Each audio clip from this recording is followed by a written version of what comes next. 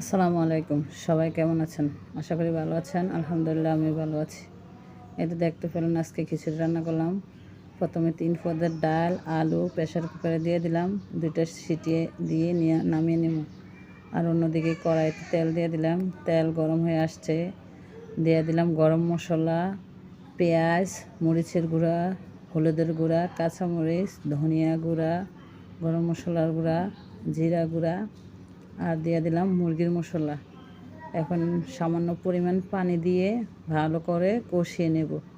কষিয়ে হয়ে আসলে দিয়ে দেব পোলার চালগুলো।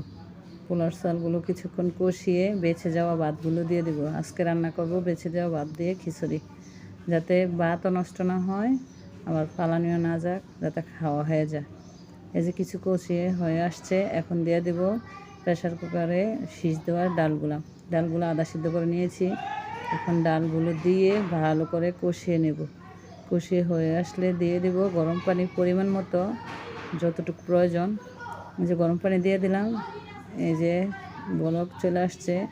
এখন দিয়ে দেব টমেটোগুলো দিয়ে ভালো করে নাড়াচাড়া দিয়ে হয়ে আসা পর্যন্ত অপেক্ষা করব। এখন হয়ে আসছে, দিয়ে দিলাম ঘিটা দিলে ফ্লেভারটা ভালো আসছে। আর দিয়ে দিলাম ধনিয়া পাতা